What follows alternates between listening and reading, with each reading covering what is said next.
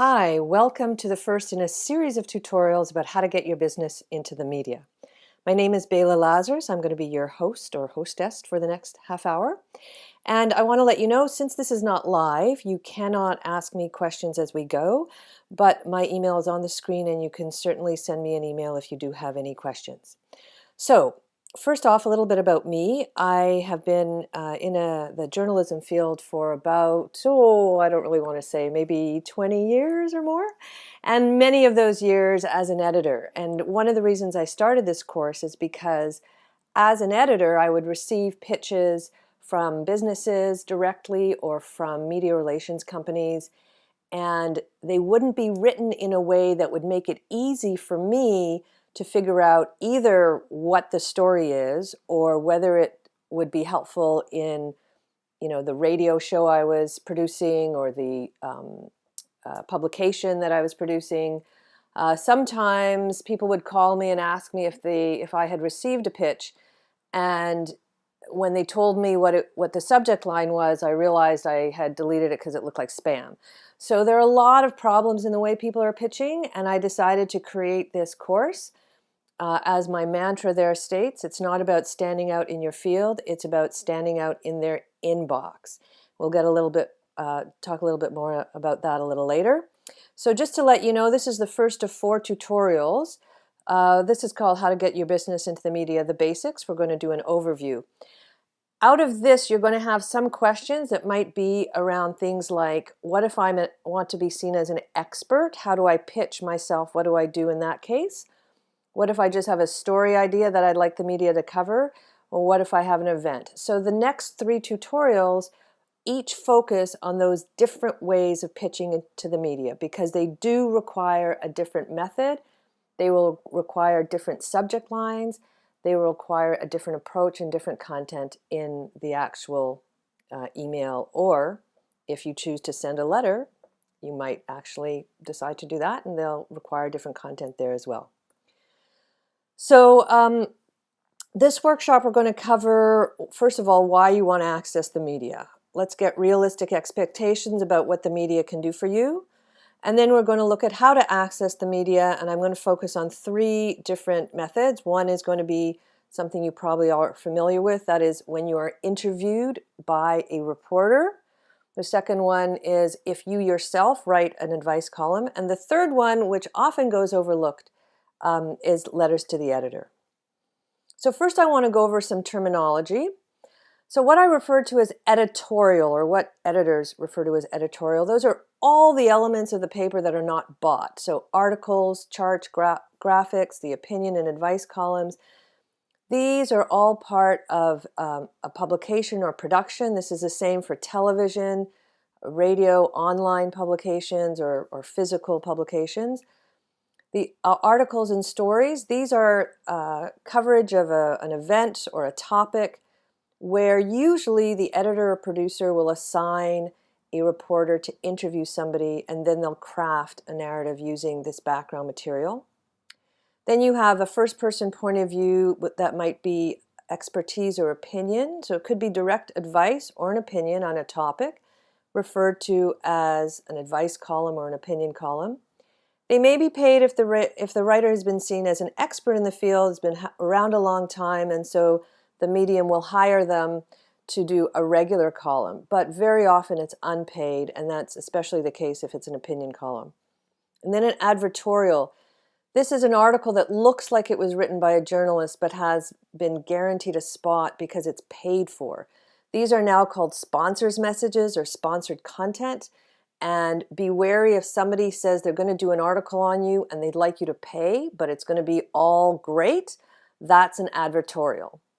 Generally, a real article or objective story, they do not ask you to pay, and you're not guaranteed great content. And you're not guaranteed to be the only one interviewed in that story either, whereas an advertorial, your company or you yourself are usually the only person interviewed.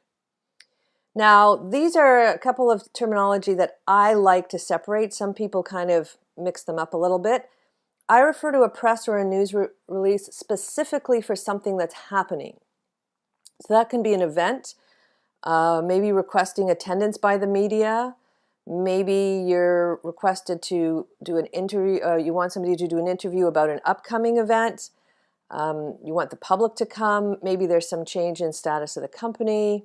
You might be renovating a new building, building a new building, somebody hired, or mergers and acquisitions. These are all examples of things that have happened. Whereas a story pitch is where there's nothing specifically happening, but you're suggesting to media a story that's worth covering, or you might be pitching a column. You may be connecting it to a trend or a timely event, but it's not something where you want the media to come out and cover it. So for example, how to keep your New Year's resolution is a timely suggestion, but there's nothing for the media to actually cover. 5 mistakes businesses make on their website welcome page. So that's again another example just of a story pitch. Here is what you do not say. And I put this in specifically because one of my clients did that. They sent an email to a publication and said, I'd like to write an editorial for you. Even though, and I'll go back and show the editorial here, this is how we refer to the articles that you want to, when somebody writes an article about you, when you refer to an editorial, you're referring specifically to an opinion that is usually on an editorial page. It's written by the editor or a guest editor of the paper or the publication, or you can have a guest editorial on a TV show. You are not writing an editorial. Think in terms of stories, story pitches, or articles. So let's start. Why would you want to access the media? First of all, this is a great way for publicity and brand recognition. And if you think about what people are doing now, especially in social media, a lot of what you're doing is really brand recognition. A lot of times people are putting out posts on LinkedIn or Twitter or other social media, maybe posting photos on Pinterest. They're not necessarily getting direct response in terms of purchases, but they're building their brand recognition. The other thing, media feeds on itself and publicity multiplies. So what that means is, let's say you have a story like, changes in alcohol regulations. So here in Vancouver, we had changes that would allow alcohol to be sold in like corner stores and things like that. And that caused a lot of media coverage, different kinds of angles or different stories. So if you were interviewed in one story at the beginning of this sort of trend or media wave, and somebody from a different publication or different type of medium saw you as an expert, they can follow up and give you a call, maybe not right away, maybe a month down the road if they're looking for an expert. As an editor, I would always be looking for experts that I saw in other media and keeping that information so that just in case I wanted to follow up, I would be able to have an expert at the ready. I would have the name of somebody that I knew could speak to this particular topic. Also, media exposure can lead to direct purchases at some point. A lot of people ask me, do I guarantee that you're going to get a call and somebody's going to buy your service? No, it's the same thing with an advertisement. It's the same thing as posting on LinkedIn. There's no guarantee that somebody's going to come back and purchase your product. However, people definitely get inquiries when somebody has read an article or their column. They've gotten speaker requests. They can get collaboration requests. So there, again, is a lot of different ways to build your brand and build your business. Some of the challenges that people face, number one, members of the media are skeptics.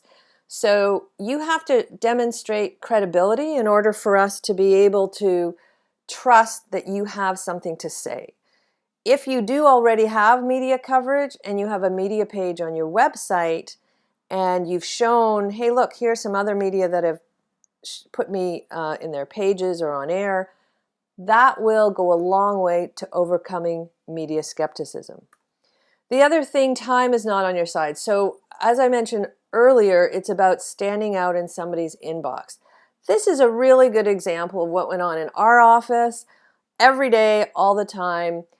Besides all the emails that came through, we had all these other things that we had to take care of in terms of writing the stories and planning the pages and layout and so on, proofreading and all that. So just looking at emails, if you've got 100 to 300 a day and 70% of them are pitches, you can understand that it would take a long time, practically impossible for us to get to every email.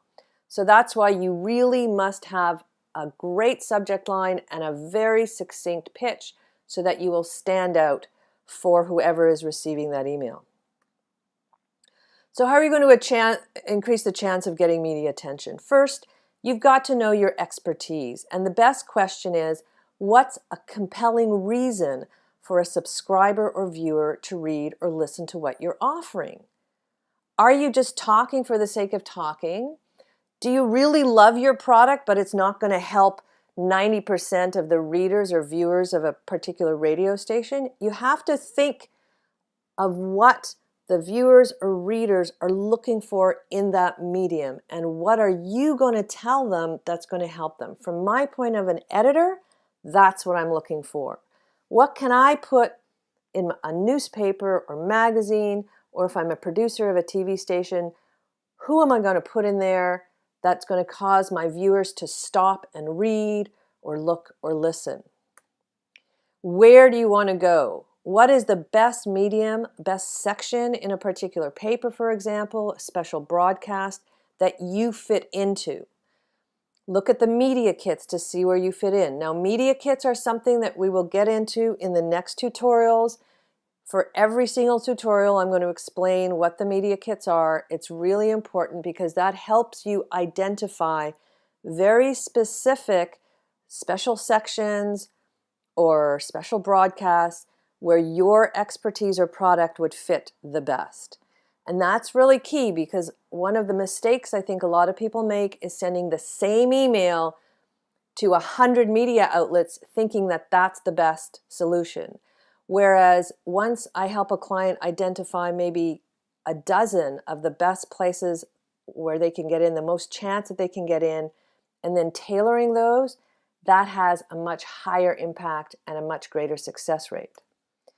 And finally, how are you going to get in? Knowing how to write a pitch that clearly states what you're offering, making sure the subject line is clear, having it short, point form, understanding, is this something that's very newsy, like an event, or is this just a heads up pitch where you're letting the medium know, hey, I'm here in case you want to interview me. So for this information, again, we're going to go through that in the next courses. If you go back and check that at the beginning of this tutorial, courses 2, 3, and 4 will cover that information. So to start with what you're offering, you want to understand first, are you going business to consumer or business to business? Some people can actually do both, but it's really good to start off with one or the other in order to be able to tailor your pitches properly. And that will help you understand who your market is, what they are watching or reading, and therefore what media you want to be in. Knowing yourself. Now this is key because a lot of people, when I say, what are your areas of expertise, they focus solely on their product. So let's say somebody is a therapist, for example. They'll talk about what they know about therapy. Or let's say massage therapist. They talk about what they know about massage therapy. I ask people different questions. I ask things like, what's new in your business? What surprises people when you talk about your business? And what have you learned from growing business that can help others? You might be pitching a product. Let's say you've got the best shoes on the market. You might be pitching your shoe store, but you could also be an expert in growing a business that needs a storefront. So what have you learned from growing your business that you might be able to help others? And the corollary of that, where have you been struggling in business operations, maybe not that successful? And what question about business do you need answered?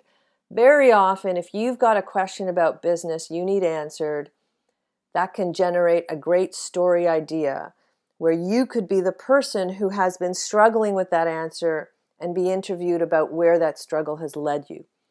Again, I'll get more into this in the later tutorials where we go over the heads up pitch, pitching as an expert, and sending in pitches for story ideas. So the second point is, where do you want to go? You want to identify which medium will best highlight your expertise. So if you've got great visuals, like let's say you want to actually show a product, then radio is not going to be for you. I guess that's kind of obvious. On the other hand, if you have something that requires video to really tell the story, then television is where you're going to want to be. If you've got visuals that can be portrayed just as static images, as photographs, then newspapers or magazines or television and online productions are places for you. Who is your market?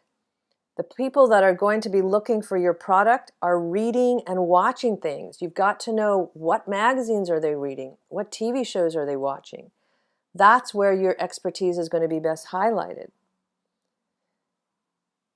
And what's going to offer the best chances to start with? So this is really key as well. A lot of people want to jump into the really big networks, the really big national magazines.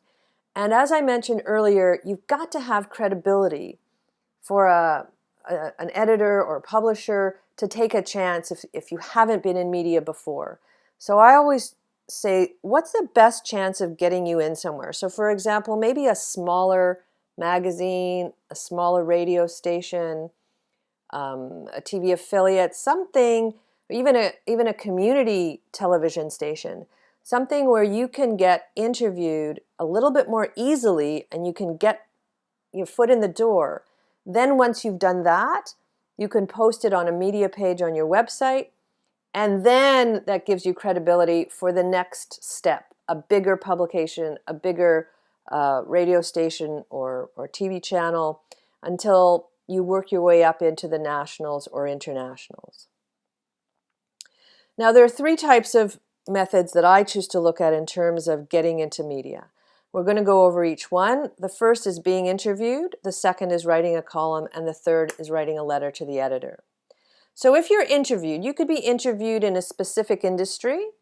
You could be interviewed if you're knowledgeable about some part of your business, and this is something that a lot of people overlook. And you could be interviewed if you're knowledgeable about a trend. Here I'm going to take a look at an example of a real estate agent interviewed about a specific industry. So this real estate agent, their expertise is in the housing market, mortgage and interest rates, how to negotiate a commercial lease, selecting the best location for a business. So the first question you want to ask yourself, what are your areas of industry expertise? The second type of access is going to be interviewed as an expert in business operations. I'm choosing here a massage therapist, but in this case, their expertise beyond massage therapy could be appointment management software, how to choose a location for their business, how to hire staff, or branding and marketing. So if they have done any of this, and most businesses have done 2 or 3 or maybe all of these, they will then have an expertise in those areas and can be interviewed as an expert in business operations. A massage therapist that I know actually spent a lot of time finding the correct appointment management software that worked for her. So when I was editing a small business section for a business newspaper, I actually asked her to write a column about this type of software. At the bottom of the column, she puts in who she is, she gains credibility. That becomes an easy way to get a first step in the door. She wasn't talking about how great she was a massage therapist. She was talking about something she knew in running a business. So the next question for you to ask, what have you learned about running a business that other business owners might need to know? The third thing you can be interviewed is about trends. In this case, I'll use the example of a hairdresser. So this could be a very consumer-oriented story, new styles for spring, for example, which celebrity hairstyles are in fashions, where are people going for haircuts, however, could be a business story, and trends in business operations for hairdressers. So a lot of time people who work in salons and different kinds of salons will be noticing different trends in business operations. If she has something to say about that, if she's got some expertise, that can be an example of how she can be interviewed that's not about her actual product per se. Her product is a great style, a great hairstyle, or an updo, a cut, or whatever it is, but that isn't necessarily what she can be interviewed on when it comes to trends. There's a lot of different ways to look at trends. So the third question for you is, what are some of the trends that impact or can be impacted by your business? This is a very good example of somebody whose product was coffee. But after I spoke to him, I met him at a networking event. I spoke to him for a while and found out that he does a lot of trade with Asia, and he also has a strong sustainability component to his business. So here he is. This is a copy from Business in Vancouver newspaper. He got a gigantic photo of himself. He was interviewed not about the coffee itself, but about how to do trade with Asia. And I put him into a section I was editing at the time called the Asia Pacific section. So again, this is not necessarily going to get somebody to phone him and say, hey, I want to buy your coffee. But this does put him in front of tens of thousands of readers who will now know him, and his brand gets that boost. As well, if people are interested in learning more about trade with Asia, they might give him a call and ask him to help them out. He generates collaborations, he improves his networking, and he gets all this for free. All he had to do was stand maybe 15 minutes for a photograph, did an interview for maybe 15 or 20 minutes from his home, and that's it. He didn't have to pay for it. The equivalent size of an ad of what you're looking at here, one full page, I think went for about maybe $5,000 or $6,000 at the time. So that's the kind of value you can get if you pitch the right story, if you know a section that you can be in that might highlight the knowledge you have about business, not necessarily about your particular product. Here's another example of how people are interviewed about business operations.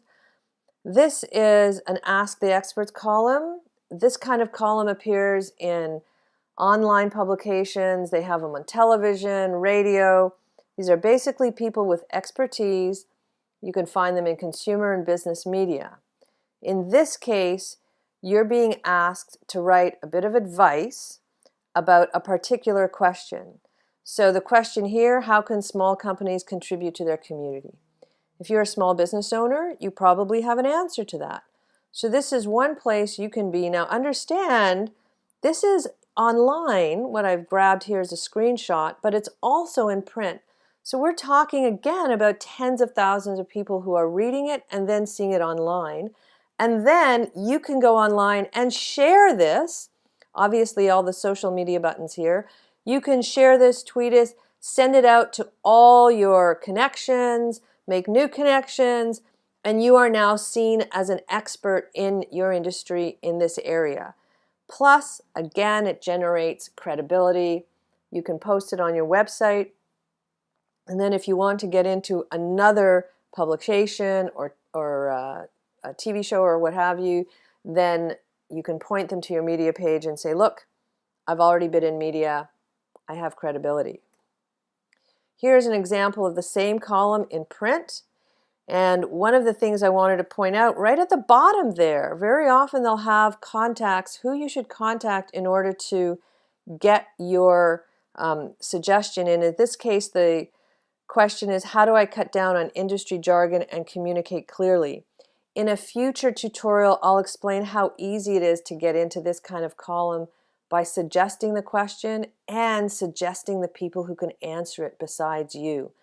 And then, as I mentioned, right at the bottom is the person to contact. Makes it very easy for you to get in.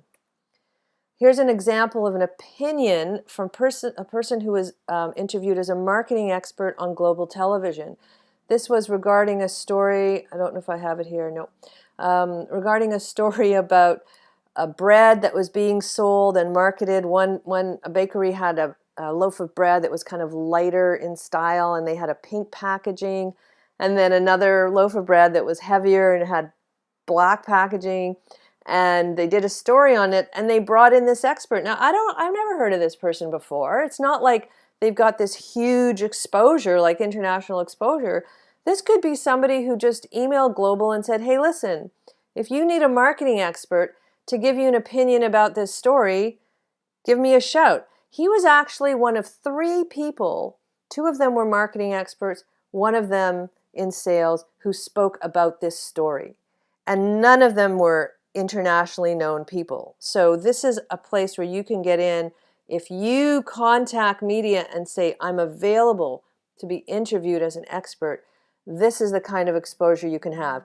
And in this case, I think on global television, you're probably talking, I mean, one market in one city for global is about 250,000 people. So you're talking about millions of people seeing this, you know. I mean, you know, to buy a 30-second spot for national exposure, you wouldn't be able to afford it if you're a small business or an independent marketing expert. And this guy got in because he had an opinion to say about the bread product. The final access that's often overlooked is writing a letter to the editor. And I put this in because, first of all, let's start about how you do it. It's easy to do. If you've got something you feel passionate about, if there's an area in which you have expertise and you want to respond to an article that was printed, for example, or you could do this for online as well, you could do this for radio and TV as well, but I'm going to use the example of publication. All you have to do is look at the other letters, see how they're done, what the tone is, and you can sit down and write up a letter in about maybe 15-20 minutes. The reason I suggest people do this is if you have an expertise especially, and you are writing the letter as an expert. So going back to the story earlier that I mentioned about alcohol being able to be sold in stores. If you have some connection, maybe you sell alcohol and you wanted to write a letter to the editor about this new story, you write the letter, you're signing it with your name and who you are as an expert. So, you know, owner of ABC Wine Company or something like that.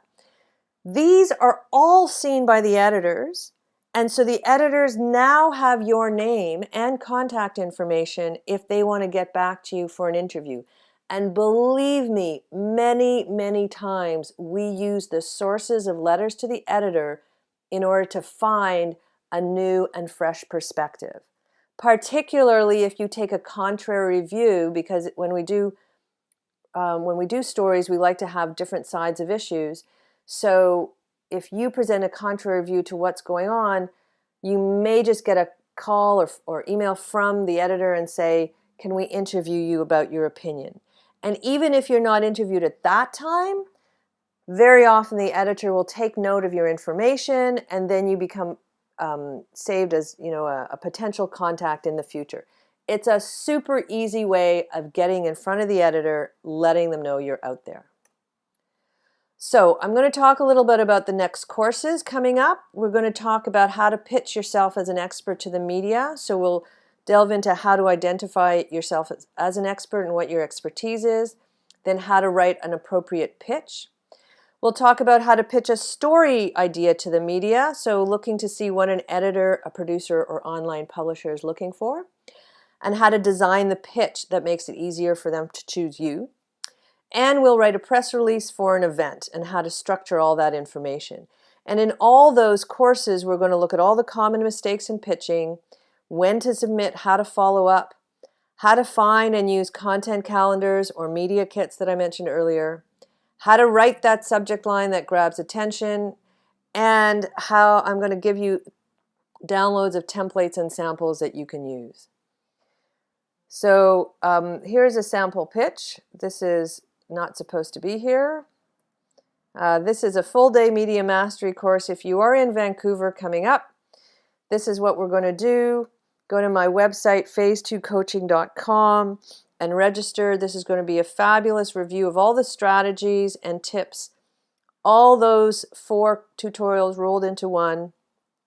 As well, in the afternoon, everybody's going to write their first press releases or story pitches, and you are going to leave with a finished product.